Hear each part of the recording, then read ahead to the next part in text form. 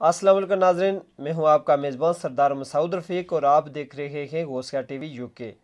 میرے ساتھ اس وقت موجود ہیں تحریک ضیاء اسلامی کے بانی و امیر، عالمی مبلغ اسلام علامہ پروفیسر عبدالرؤف چشتی صاحب۔ آج ہم آپ کی خدمت میں پروگرام دعوت و تبلیغ لے کر حاضر ہوئے ہیں۔ آج ہم وجود باری تعالیٰ پر بات کریں گے۔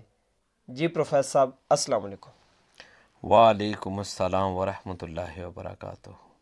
اچھا پروفیسر صاحب، یہ وجود باری تعالیٰ پر آپ کیا کہیں گے؟ وجود باری تعالیٰ سے مراد اللہ تبارک و تعالیٰ موجود ہے۔ صحیح۔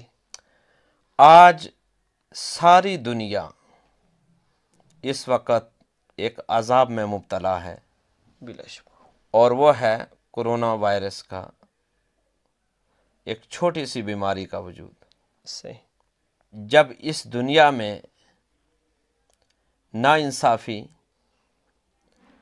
اور مختلف قسم کے گناہ اور لغزشیں جب حد سے تجاوز کر جاتی ہیں، صحیح، تو پھر اللہ تبارک و تعالیٰ یہ دکھاتے ہیں کہ میرا وجود موجود ہے۔ بے شک۔ آج ساری دنیا لرز کے رہ گئی ہے، صحیح۔ اور وہ جو اپنے آپ کو یہ کہہ رہے تھے کہ ہم معیشت میں بہت آگے ہیں، ہم سائنس میں بہت آگے ہیں، ہم طب میں بہت آگے ہیں،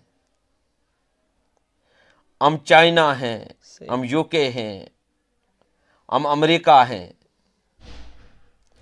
اللہ تبارک و تعالیٰ نے کوئی ایٹم بم نہیں بھیجا۔ صحیح۔ فقط ایک چھوٹی سی مخلوق، ایک چھوٹی سی بیماری اس کو بھیجا، اور دنیا ایک عذاب میں مبتلا ہو گئی۔ بلا شبہ۔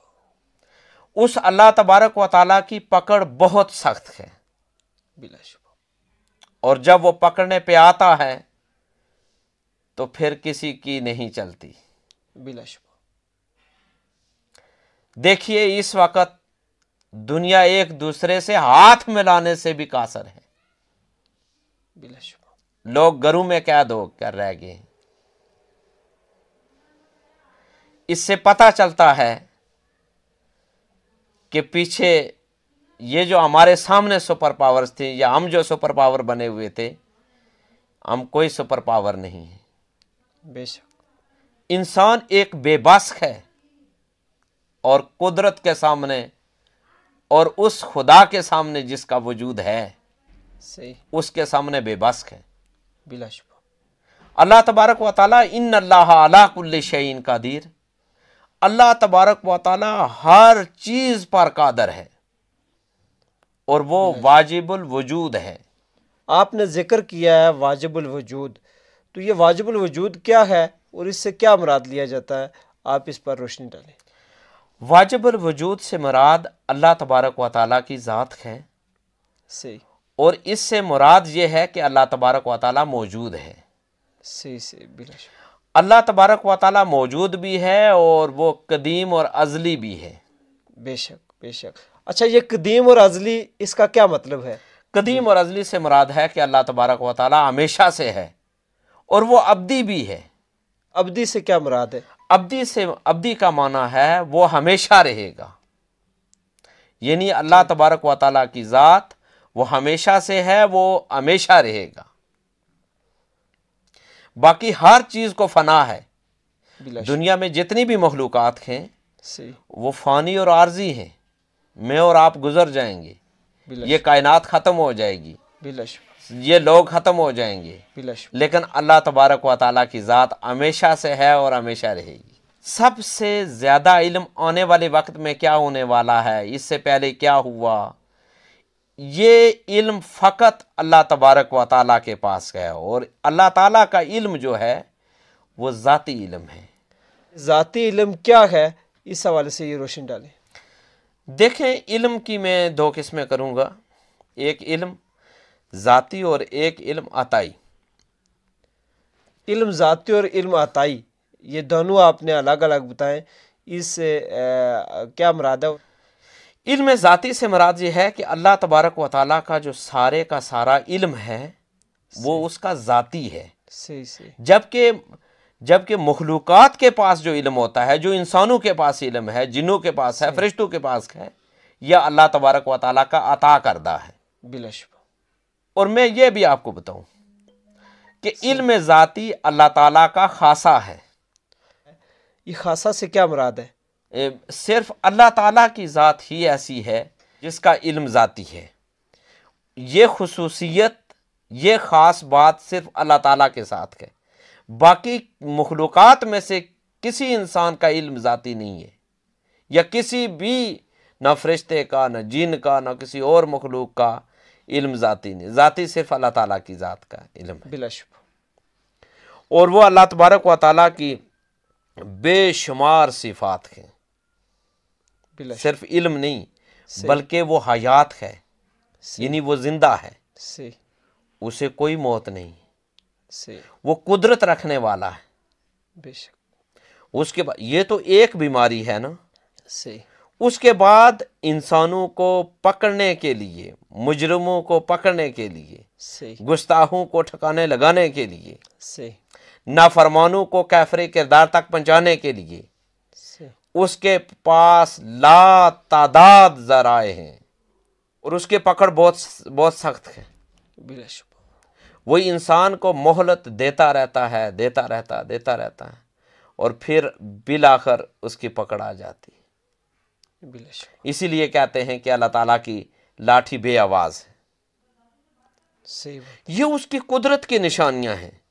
دنیا کی نام نہاد پاورز جب آپس میں ٹکراتی ہیں تو وہ ایک دوسرے کو نقصان پہنچانے کے لیے، دیکھیں ایٹم بم چلاتے ہیں، سب کچھ، لیکن اتنا سب کچھ لاک ڈاؤن پھر بھی نہیں ہوتا. صحیح بات. لیکن قدرت کے ساتھ اور اللہ تعالیٰ کے ساتھ کوئی ٹکر نہیں لے سکتا. کیسے لے سکتا ہے؟ بلا شبہ. اب دیکھیں ایک چھوٹی سی بیماری ہے اور دنیا لاک ڈاؤن میں چلی گئی ہے، گھروں میں قید ہو گئی ہے. ہاتھ ملانے سے لوگ قاصر ہیں، ایک دوسرے کا سامنا کرنے سے قاصر ہیں، خوشی غمی کے سارے کے سارے معاملات چھوٹ گئے ہیں. بلا شبہ. اس سے پتہ چلتا ہے کہ اللہ تبارک و تعالیٰ کی ذات موجود ہے، اور بلا شبہ وہ سب کچھ، اور اس کا یہ بھی ہے کہ وہ سمیع بھی ہے،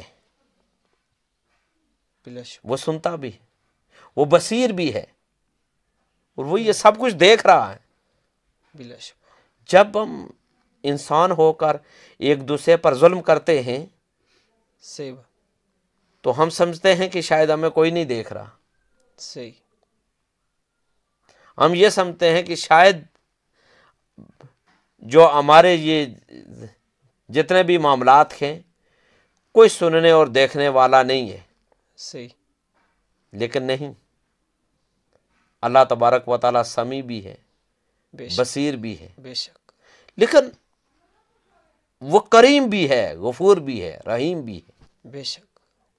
وہ انسان کو مہلت دیتا رہتا ہے، صحیح. اس کی کرم نوازیاں ہوتی رہتی ہیں. ماشاء. لیکن جب معاملات حد سے بڑھ جائیں، ناانصافیاں بڑھ جائیں، صحیح. لوگ اپنے آپ کو خدا سمجھ بیٹھیں، تب اس کی پکڑ آتی ہے، بلا شبہ. اور بلا شبہ اس کی پکڑ سخت. اور پھر جب پکڑ آتی ہے تو اس میں یہ نہیں دیکھا جاتا کہ کون جو نو گنہگار ہے اور کون نیکوکار ہے. صحیح. پھر سب اس کی پکڑ میں آتے ہیں. بلا شبہ. کیا اللہ تعالیٰ کو جاگتی آنکھوں سے کسی نے دیکھا بھی ہے؟ اللہ تعالیٰ کی جملہ مخلوقات میں کوئی ایسا نہیں ہے جس نے اللہ تعالیٰ کو جاگتی آنکھوں سے دیکھا ہو، سوائے صحیح. اس کے پیارے حبیب حضور تاجدار کائنات صلی اللہ علیہ وآلہ وسلم. یعنی حضور صلی اللہ علیہ وسلم نے جاگتی آنکھوں سے اللہ تبارک و تعالیٰ کا دیدار کیا. بلا شبہ. اور یہ صرف ایک ہی ہستی ہیں، یہ شان فقط ہمارے پیارے آقا صلی اللہ علیہ وسلم کو حاصل ہے. پروفیسر صاحب، حضور صلی اللہ علیہ وسلم کے علاوہ کوئی دنیا اور آخرت میں بھی اللہ تعالیٰ کا دیدار کر سکے گا؟ جی ہاں، دنیا میں تو ممکن نہیں ہے، یہ شان فقط ہمارے پیارے آقا صلی اللہ علیہ وسلم کے پاس ہی ہے.